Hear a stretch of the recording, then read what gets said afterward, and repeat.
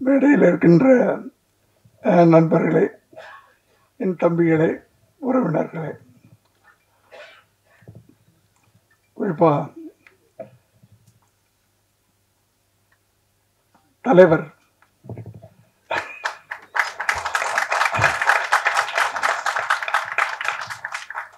எல்லோருக்கும் என்னுடைய மீடியா நண்பர்களே, சினிமாவை நேசிக்கக்கூடிய அனைவருக்கும் என்னுடைய மாலை வணக்கம். ரொம்ப நன்றி என்னை உடனே கூப்பிட்டதுக்காக பச்சன் சார்கள். நான் 2 வருஷமாச்சு ஈவினிங்கில் எந்த ஃபங்க்ஷன்லையும் கலந்துக்கிறதில்ல. கலந்துக்கணும்னு ஆசை எல்லா நிகழ்ச்சியிலையும். பட் ஒரு வயசுக்கு மரியாதை கொடுக்கணும்ல, அதை நான் கொடுத்துக்கிட்டு அடக்க ஒடுக்கமாக ஒரு 6 மணி ஆச்சுன்னா வீட்டுக்குள்ளே போய் அடைஞ்சிடறேன். 7 மணிக்கெலாம் டின்னரை முடிச்சுட்டு அப்படியே சினிமா 7:30 மணிலேருந்து 9:30 மணி வரைக்கும் ஏதாவது ஒரு சினிமாவை பார்த்துட்டு அழகாக 9:30 மணிக்கு. அதனால் நான் எங்கேயுமே ஈவினிங்கில், அதை நான் சொன்னேன், வந்தால் நடுவில் போகக்கூடாது, அது சபை நாகரிகம் இல்லை. பெரியவங்களாம் இருக்கும்போது நான் பாட்டுக்கு பேசிட்டு போனேன்னா நல்லா இருக்காது.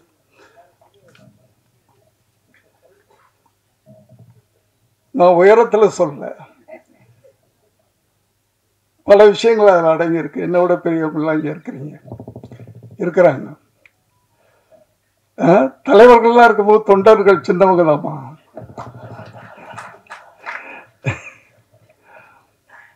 இல்லையா? அதனால தங்கர் பச்சன் அவர்களுக்கு என்னுடைய நன்றியை தெரிவிச்சுக்கிறேன். ஒரு நல்ல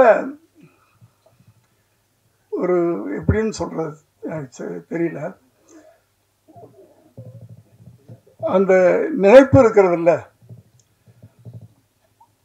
தங்கர் பச்சன் அவர்கள் எல்லாருக்கும் தெரியும், ஒரு பெரிய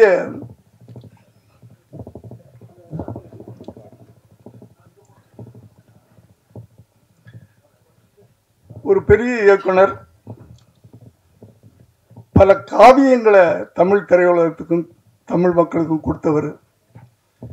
ஏன்னா அவர் படங்கள் திரைப்படங்களாக நான் பார்த்ததில்லை, ஒரு காவியங்களாக தான் இருக்கும். அப்படிப்பட்ட ஒரு சிறந்த இயக்குனர் தன் மகனை அறிமுகப்படுத்தணும் அப்படின்னு நினைக்கும் போது, ஒரு இளைஞனை ஒரு தகப்பை நடிகனை அறிமுகப்படுத்தணும். ஏன் இவ்வளவு நடிகர் அதை செய்யலை? அங்கேதான் அவருடைய புத்திசாலித்தனம். தப்பா எடுத்துக்காதீங்க, இங்கே அதில் நிறைய அடங்கி இருக்கிறது. ஒரு பிள்ளைய செதுக்கணும்னா சாதாரண விஷயம் இல்லை. அதை இன்னொரு இளைஞன்ட்ட கொடுத்துருக்கீங்க பார்த்தீங்களா? அங்கேதான் நீங்க செதுக்க ஆரம்பிச்சிட்டீங்க. நான் கூட அதான் நினைச்சேன், நடக்கல. என் மகன் விஜய் அவர்கள் நடிக்கணும்னு சொன்னப்போ அவரை ஃபோட்டோ ஷூட் எடுத்துட்டு, நான் இப்போ பிஸியாக 90ல் பல மொழிகளில் அவ்வளோ இதாக இருக்கும்போது நானும் அப்படித்தான் நினச்சேன். நம்மளே நம்ம பிள்ளையை அறிமுகப்படுத்தினா நல்லா இருக்காது. அதில் பல சிக்கல்கள் இருக்கு அப்படின்னு ஃபோட்டோ ஷூட் எடுத்துட்டு அந்த ஆல்பத்தை கையில் வச்சுக்கிட்டு எத்தனையோ இயக்குநர்கள்ட்ட போயிட்டேன். நான் ப்ரொடியூஸ் பண்ணுறேன், எவ்வளோ வேணாலும் செலவு பண்ணுறேன், இவனை நீங்கள் டைரக்ட் பண்ணணும் அப்படின்னு பல இயக்குநர்கள்ட்ட போனேன். யாருமே, பல தயாரிப்பாளர்கிட்டலாம் போனேன். அப்போதான் கடைசியாக போய் நானும் என் மனைவியும் ஆர்பி சௌத்ரி சார்ட்ட போகிறோம். ஏன்னா அவர் புது புது டெக்னீஷியன்லாம் உருவாக்குறவர் தைரியமாக. அவர்கிட்ட போய் இதே வார்த்தை நானும் என் மனைவியும் போய் கேட்குறோம். அப்போ தான் அவர் சொன்னாரே, நீ தான் பெரிய டைரக்டர் ஆச்சையா, நீயே அங்கேயும் இங்கே அழைச்சிக்கிட்டு இருக்க, நீயே அவனை வச்சு படம் எடுக்கியா அப்படின்னு சொன்னார்.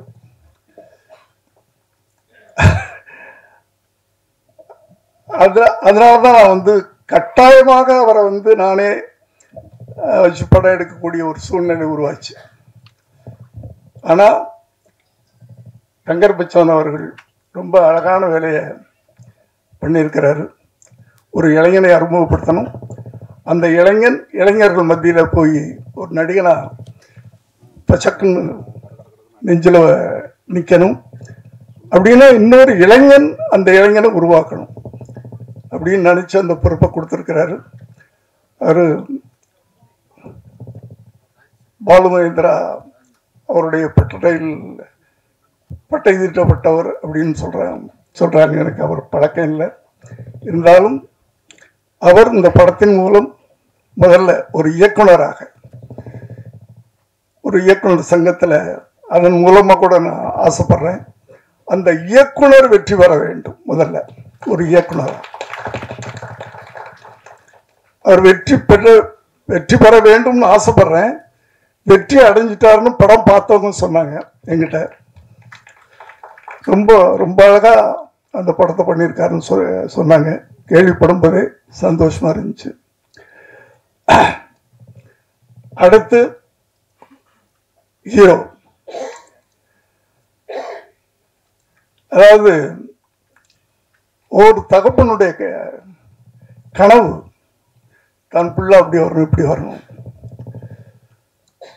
ஆனால் இவர் தன் பிள்ளையுடைய கனவை நிறைவேற்றுறதுக்காக இந்த ஒரு ப்ராஜெக்டை அவர் ஆரம்பித்து பண்ணியிருக்கிறாரு. அவருக்கு என்னுடைய வாழ்த்துக்களை தெரிவிச்சுக்கிறேன். அந்த தம்பி இந்த திரையுலகத்தில் ஒரு பெரிய கலைஞராக வரணும், உருவாகணும் அப்படின்னு நான் வந்து வாழ்த்துறேன். மற்றபடி இதில் சப்போர்ட்டிங் கேரக்டர்ஸ் அப்படின்னு சொன்னால் நிறைய பேர் இருக்காங்க. ரொம்ப அழகாக எல்லாரையுமே புதுமுகம் போடாமல் சப்போர்ட்டிங் தான் ரொம்ப முக்கியம். ஒருத்தனை தூக்கி நிறுத்தணும்னா பக்கத்தில் இருக்கவங்களாம் சேர்ந்தானே தூக்கி நிறுத்தணும். அப்படி ஒரு கனமான கதாபாத்திரங்களை மையப்படுத்தி அப்படி அதை ஏற்று நடிக்கக்கூடிய சிறந்த நடிகர்களை எல்லாம் கூட நடிக்க வச்சிருக்கிறாரு.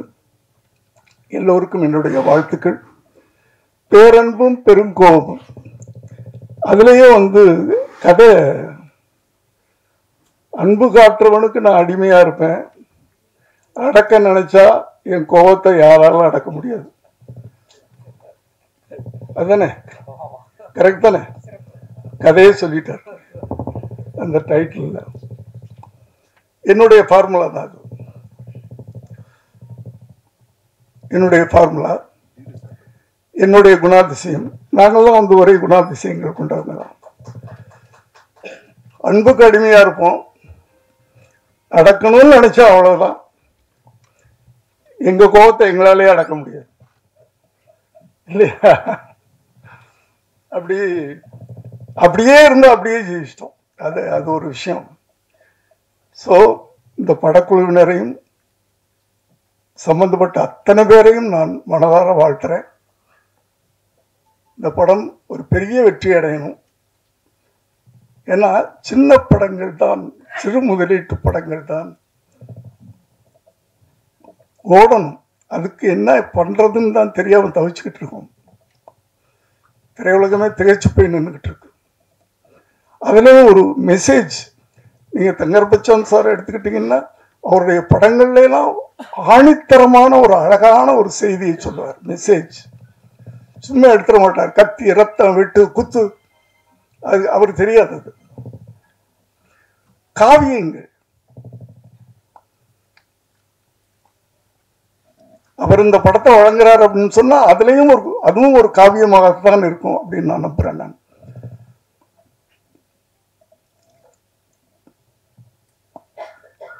ஏன்னா இப்போ அது போற இடங்கள்லாம் நான் சொல்லிட்டு தான் இருக்கிறேன். வருகின்ற எழுத்தாளர்கள், இளைய தலைமுறை எழுத்தாளர்கள், இயக்குனர்கள், அவர்களுக்கு ஒரு பொறுப்புணர்ச்சி வேணும்னு சொல்லிக்கிட்டே இருக்கிறேன். ஏன்னா சினிமான்றது ஒரு பயங்கரமான ஆயுதம், வலிமையான ஆயுதம். சினிமா சொசைட்டியில் அவ்வளோ பெரிய தாக்கத்தை ஏற்படுத்துது. அதை ரொம்ப ஜாக்கிரதையாக கவனமாக நம்ம கையாளணும். ஆனால் இப்போல்லாம் படம் ஓடணும், அதுக்கு என்ன பண்ணணும்னு பார்க்குறாங்களே தவிர அதில் என்ன நம்ம செய்தி சொல்கிறோம், மக்களுக்கு என்ன சொல்கிறோம் அப்படின்றது இல்லை. அந்த படம் ஓடணும், என்ன கதை அதெல்லாம் கேட்காதீங்க அப்படின்னு வர்ற இளைஞர்கள் எல்லாரும் இல்லை, ஒரு சிலர், அவங்களுக்கு அந்த பொறுப்புணர்வு வேணும். நீங்க சினிமா மூலமா என்ன சொல்றீங்க மக்களுக்கு, ஜனங்களுக்கு என்ன சொல்றோம்? சும்மா காசு சம்பாதிக்கிறது மட்டும்தான் சினிமா. இப்போ அதுவும் சம்பாதிக்க முடிய மாட்டேங்குது, அது வேற விஷயம். எல்லாம் விட்டுக்கிட்டு இருக்காங்க. இது இயக்குநர்களுக்கும் இருக்கணும் அந்த அக்கறை, நடிகர்களுக்கும் இருக்கணும், டெக்னீஷியன் அத்தனை பேருக்கு இருக்கணும். ஒரு படத்தை உருவாக்கும் போது அந்த படம் மூலமா ஜனங்களுக்கு நம்ம என்ன சொல்றோம் அப்படின்றது ரொம்ப முக்கியமான விஷயம்.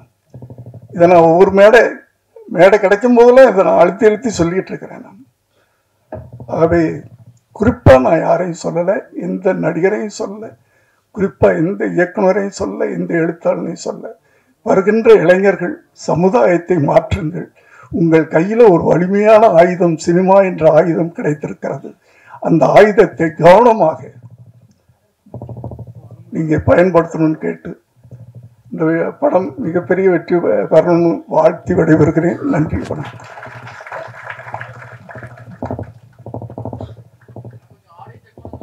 பேரன்பும் பெருங்கோபமும் படத்தின் வெளியீட்டு அறிவிப்புக்கு வந்திருக்க உங்கள் எல்லோரையும் வணங்கி மகிழ்கிறேன். இந்த படம் தொடர்ச்சியாக இந்த படம் பற்றி எல்லோரும் வாழ்த்தி பேசினார்கள். அதில் குறிப்பாக தங்கர் பச்சனின் மகன் அறிமுகமாகிற படம் என்பதால் தங்கர் பச்சனை பற்றி அதிகம் பேசினார்கள். நீங்கள் தங்கர் பச்சனை புரிஞ்சுக்கிறதுக்கு உங்களுக்கு நுட்பம் வேணும். 9 ரூபாய் நோட்டுன்னு ஒரு படம். 9 ரூபாய் நோட்டுனா என்ன? செல்லாது இல்லை. அப்படித்தான் ரொம்ப நாள் என் நண்பர் தான் சொன்னேன், அப்படி இல்லைடா, இந்திய நாணய அமைப்பில் மொத்தம் 9 ரூபா நோட்டு இருக்கான். 1 ரூபா, 2 ரூபா, 5 ரூபா, 10 ரூபா, 20 ரூபா, 50 ரூபா, 100 ரூபா, 500 ரூபா, 1000 ரூபா. அந்த படம் எடுத்தப்ப 9 ரூபா நோட்டு இருக்கு. அந்த 9 ரூபா நோட்டு பயனில்லடா, அதை விட அந்த மனுஷன் உயர்ந்த வேணாம் சொல்கிற நுட்பம் இல்லைக்கடா. நான் சொன்னேன், என்னடா படம் இத்தனை வருஷம் கழிச்சு எனக்கு சொல்கிறீங்க அப்படின்னு. இது புரியாமல் அந்த படத்தை 2-3 தடவை பார்த்துட்டேன் நான் அப்படின்னு. அதை விட அண்ணன் சொல்கிறது ரொம்ப பிரமாதமான நுட்பம் இருக்குது. என்னென்னா, இந்த படத்தில் கதாநாயகனுக்கு விஜித்னு பேர் வச்ச அண்ணன் ஒன்று சொன்னார் பாருங்க. நான்லாம் அதுலேருந்து மீளவே இல்லை. நான் நினச்சிக்கிட்டு இருக்கேன் அஜித்தில் பாதி, விஜயில் பாதி, விஜித்னு. பார்த்தீங்களா, நீங்களும் இப்படி தான் நினச்சிருக்கீங்க. நம்மளாம் அந்த 9 ரூபா நோட்டை மாதிரி நினச்சவங்க எல்லாரும். அண்ணன் தான் சொன்னார், நான் ராத்திரி திடீர்னு முழித்தேன், எனக்கு இந்த பேர் ஒலிச்சிச்சு காதில், அப்படி தான் அந்த பேர் வச்சேன்னாரு. எனக்கு என்ன பிடிச்சிருந்துச்சுன்னா, அதை நம்ம நம்புகிறோமோ இல்லையோ, தங்கர் பச்சை நம்புறாரு பாருங்க. அதை இந்த பேர் எனக்கு காதில் ஒலிச்சிச்சு, அதை எல்லாரும் சொல்கிறாரு பாருங்க. அந்த நம்பிக்கை தான் ரொம்ப முக்கியம் சினிமாவில். இதை சொன்னால் நம்புவோம், என் நம்புற மாதிரி நம்ம சொல்லுவோம் அப்படின்னு. அப்படி இந்த படத்தில் அறிமுகமாகும் விஜித் பச்சானுக்கு முதல்ல வாழ்த்துக்கள். இதை வேற சுசீந்திரன் வேற காதில் கேட்டதுன்னு தெரியாமல், தம்பி தம்பி பேர் வர மாட்டேது, பேர் வர மாட்டேங்கிறாரு. நாங்கள் இவ்வளோ யோசிச்சு வச்சிருக்க ஒரு பேர், நீ மட்டும் பேர் வராதுங்கிறீங்க. அதனால தேவயானி அவர்கள் மிக சிறப்பாக தன் வீட்டு பிள்ளையை வாழ்த்துவதைப் போல, தன் வீட்டு பிள்ளையை கண்டிப்பதைப் போல, தன் வீட்டு பிள்ளைக்கு வழிகாட்டுவதைப் போல மிக நேர்த்தியான ஒரு பேச்சு பேசிட்டாங்க. நீங்கள் பார்த்தீங்கன்னா தேவயானி ஒரு 20 வருஷம் கழிச்சு தம்பி பிரமாதமாக பெரிய நடிகன் ஆயிடுவான். அவன் தம்பி அதோட பெரிய நடிகன் ஆயிடுவான். ஆனதுக்கப்புறம் என்ன செய்வாங்க தெரியுமா? தங்கர் பச்சனை கீழே உட்கார வச்சுருவாங்க. தங்கர் பச்சனை கீழே உட்கார வச்சுருவாங்க முதல் வரிசையில். ஏன்னா அவங்க என்ன கோபம் இருக்கும், நான் அறிமுகமாகிறேன், மேடையில் உட்காந்துக்கிட்டு வர்றவங்க போகிறேன், எங்களை பேசாமல் எங்கள் அப்பனை பேசிக்கிட்டே இருந்தாங்க, இரா உன்னை பழி வாங்குறேன் ஒரு ஆள் அப்படின்னு. ஆளாக கேட்டாரா? பார்த்தீங்களா, என்னப்பா நீ படம் நடிக்கிறக்குள்ள எல்லா ரகசியத்தையும் கதாநாயகி தான் நீயும் சொல்கிற.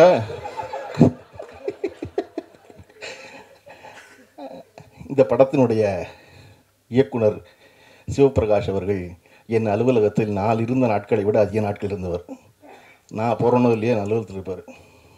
அது அவர் ஒரு நுட்பமான ஒரு அரசியல் தேர்ந்தவர். நீங்கள் அரசியல்லாம் உன்னை கட்சியில் நினச்சக்கூடாது. தினசரி வாழ்க்கைக்கு ஒரு அரசியல் தேவைப்படுது இல்லையா? அந்த அரசியலை முழு முதலாக படித்தவர் சிவபிரகாஷ். அவருக்கு என்ன எந்த காரியம் எப்படி செய்யணும்னு தெரியணும். அடிப்படை அரசியல் முதல்ல அதுதானே. இதனால் இவன் முடிக்குங்கிறத தெரிஞ்சுக்கிறது தான் முதல் அரசியல். அதை ரொம்ப நேர்த்தியாக தெரிஞ்சவர் சிவபிரகாஷ். நம்ம நீ பேசிகிட்டு இருக்கும்போது யாருப்பா அங்கே ஏசி போடுங்க நாங்கள்ல சீமான் கிட்ட என்கிட்ட என்ன சொல்கிறாங்க, போடவே மாட்டாங்க. சுரேஷ் ஏசியை போடுனா தான் சுரேஷை திருப்பி கூப்பிட்டு கேட்க முடியும், என்னடா ஏசின்னு. நீங்கள் பொதுவாக யாருப்பா அங்கே சாம்பார் கொண்டு வானா சாம்பார் கடைசி வரை பந்திக்கு வரவே வராது. அந்த மாதிரி நம்ம ஆள் குறிப்பிட்டு சொல்லணும். அப்படி சிவபிரகாஷ் குறிப்பிட்டு சொல்கிறவர் தன்னுடைய முதல் படத்தை இவ்வளவு ஒரு அடர்த்தியான படமாக எடுத்திருப்பதாக பார்த்த எல்லோரும் சொன்னார்கள். ஏன்னா நான் பார்த்துடக்கூடாதுன்னு ரொம்ப கவனமாக இருந்தார் சிவபிரகாஷ். வேறு காரை சொல்லி எனக்கு இன்றைக்கி வரையும் படம் காட்டல. அவர் கேட்டார், என்ன உங்களுக்கு மட்டும் காட்டலையா? இல்லை என்ன காட்டலை, என்ன தெரியல. நல்லது தான், நான் என் இயக்குனருக்கு படம் காட்டல. எழில் சார் துள்ளாமத்தில் படம் எடுக்கும்போது இயக்குனருக்கு படம் காட்டல. அவருடைய இயக்குனருக்கு நான் பார்த்தீங்க சாருக்கு படமே காட்டல, ஒரு ஃப்ரேம் கூட காட்டல. எனக்கு என்னென்னா பார்த்துக்கிட்ட தியேட்டரில் அப்படின்னு தியேட்டரில் அந்த படம் பார்த்து வெற்றிகரமாக ஓடிய பொழுது என்னை விடவும் அதிகம் மகிழ்ந்தது திரு பார்த்திபன் அவர்கள் தான்.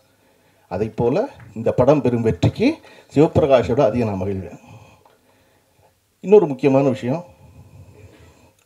தொடர்ச்சியாக மேடையில் பேசிய எல்லோரும் இந்த படத்துக்கு தொடர்பில்லாத செய்திகளை சொல்லிகிட்டே இருந்தாங்க. அது பொதுவான சினிமா செய்திகளாக இருந்தால் கூட அப்படி பேச வேண்டாம்னு நினைப்பேன். நான் சொல்கிறதுக்கு இன்னொரு இடம் இருக்குது, வேறு இடத்துல சொல்லிக்கலாம் போய் அப்படின்னு. இது பேரன்பும் பெருங்கோவுங்கிற ஒரு படம். அந்த படம் வெற்றி வரணும்னு விரும்புகிற வாழ்த்துறை எல்லோரும் கூடியிருக்கோம்.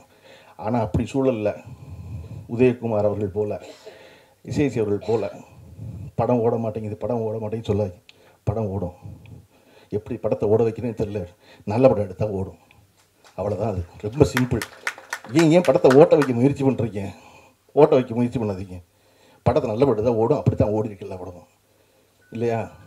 இல்லைங்க உங்களுக்கு தெரியலைங்க அப்படின்னா குறைஞ்சபட்சம் இந்த திரைத்துறையில் இருக்க பிரச்சனைகளை அரங்கத்தில் பேசாதீங்க, அறையில் பேசுங்க. இங்கே ஒரு 40 சேனல் உட்காந்துக்கிட்டு திரும்ப ஒளிபரப்பிக்கிட்டே இருக்காங்க. சினிமா மோசமாக இருக்குது அப்படின்னு. அதுக்கு 2 பேர் வேறு உட்காந்துக்கிட்டு ஆரம்பிக்கும் போதே அந்த படம் எத்தனை கோடி நஷ்டம் தெரியுமா ஆரம்பிக்கிறான். நான் சொல்கிறேங்க இல்லைங்க, திருக்குறளில் உள்ளியது எய்தல் எளிதும்பர் வள்ளுவர். நீ மனசில் நினைக்கிறீங்களா? அதை எய்தது எளிது, உள்ளியது எய்தல் எளிது மண் மற்றுந்தன் உள்ளியது உள்ள பெரின். முதல்ல நீ நம்பணும், நீ நினைக்கணும் ஆகும்னு. சதா சர்வகாலம் நினச்சிக்கிட்டு இருந்தேன்னா அது நடக்கும். நீங்கள் எப்போ பார்த்தாலும் 200-200 பேரை கூட்டி சினிமா ரொம்ப மோசமாக இருக்குது, யாருமே பிழைக்கலை, நாங்கள்லாம் ரொம்ப கஷ்டப்படுறோம், நாங்கள்லாம் சினிமாவை காப்பாற்ற போராடுறோம். தயவு செஞ்சு போராடாதீங்க. சினிமா காப்பாற்ற எல்லாரையும், சினிமாவை யாருமே காப்பாற்றவே முடியாது. இங்கே இந்த சீனுமே புது சீன் இல்லை, எல்லாமே பழைய சீனு. கதை இல்லாமல் கதை கேட்குறாங்க. ஆர்வி உதயகுமார் ரஜினிகாந்த் எப்படி கதை கேட்டார், எப்படி எஜமான் படம் நடந்துச்சு, சின்ன கவுண்டர் வெற்றி பெற்றுச்சு, அதனால கூப்பிட்டு நடந்துச்சு. ஆர்வி உதயகுமார் மிகச்சிறந்த கதையை வச்சிருக்காருன்னு கூப்பிட்டார் ரஜினிகாந்த். ஆர்வி உதயகுமார் மிகப்பெரிய வெற்றியில் இருந்தார், கூப்பிட்டாரு. அந்த இடத்துல நல்ல கதை பண்ணார். அதனால இது எல்லாமே எப்பொழுதும் திரையுலகம் என்பது வியாபாரம் சார்ந்தது இல்லையா? உலகமே வியாபாரம் சார்ந்தது. இந்த உலகத்துக்கு யார் வேணும்? வெற்றி பெற்றவர்கள் வேணும் இல்லையா? திரும்ப இன்னைக்கு ஏன் தங்கர் பச்சன் அவர்களை குறிப்பிட்டுட்டே இருக்காங்க மேடையில் இருக்க எல்லாரும்.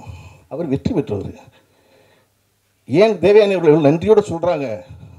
ஏன் சொல்கிறாங்க அப்படின்னா, எனக்கு எதுவும் தெரியாது, அவர் சொன்னார் பாரதி நடிக்க சொல்லி, அவர் சொன்னார் மறுமலர்ச்சி நடிக்க சொல்லி நான் போனேன்னு. அப்போ விஜித் பச்சனுக்கு இந்த மேடையுடைய டேக்கவே என்ன தெரியுமா? செய்தி என்ன தெரியுமா? இயக்குனர் ஒளிப்பதிவாளர் சொல்கிறத கேட்டிங்கன்னா நீங்கள் வெற்றி படத்தில் இருப்பீங்க. உங்களுக்கு தெரியாது, அது அவர்களுக்கு தெரியாது, அவங்க செய்வாங்க அந்த வேலையை. அப்போ இங்கே பெருவெற்றி பெறுவதற்கு மிகச்சிறந்த படங்களையும் மிகச்சிறந்த மனிதர்களையும் உடன் வைத்துக் கொள்வதுதான் முக்கியம். சிவபிரகாஷ் அவர்களுக்கு முதல் படத்திலேயே அந்த வாய்ப்பு அமைந்திருக்கிறது. அவர் பெருவெற்றி பெறுவது முக்கியம். அதை விட ஒரு முக்கிய செய்தி, பொதுவாக இன்று சினிமாவில் என்ன செய்வது கேட்குறீங்க. சினிமாவில் ஒரு பெரிய ஒரு விஷயம் நடந்துகிட்டே இருக்குது. என்ன அப்படின்னா, ஒரு படத்தினுடைய படப்பிடிப்பு முடிந்த பிறகு அந்த படத்தினுடைய உதவி இயக்குனர்கள் அந்த படத்தை விட்டு வெளியே அனுப்பப்படுறாங்க. படம் ரிலீஸ் ஆக போகும்போது அந்த படத்தினுடைய உதவி இயக்குநர்கள் யாருமே இருக்கிறதில்ல. என்னுடைய இயக்குனர் அவருடைய படத்தில் எனக்கு பேர் போடும்போது உதவிய இயக்குனர்னு போட்டார் பார்த்திபன். அவன் டைரக்டர் தான், இந்த படத்தில் அசிஸ்டண்டாக வேலை செய்கிறான், அவ்வளோதான்.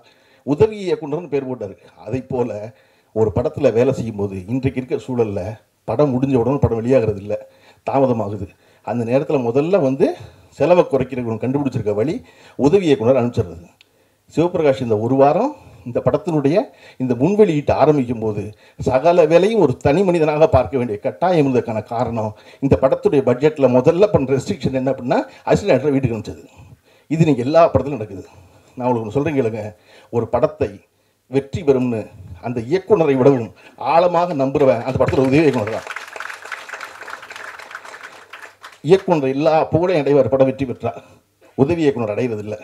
ஆனால் அவன் என்ன நம்புகிறான் அப்படின்னா இயக்குனர் வெற்றி பெறுவதன் மூலமாக நாமும் வெற்றி பெறுவோம் நம்புகிறாங்க. அவனை வச்சுக்கிறதுனால ஒன்றும் இந்த தமிழ் சினிமா நட்டப்பட்டுறது.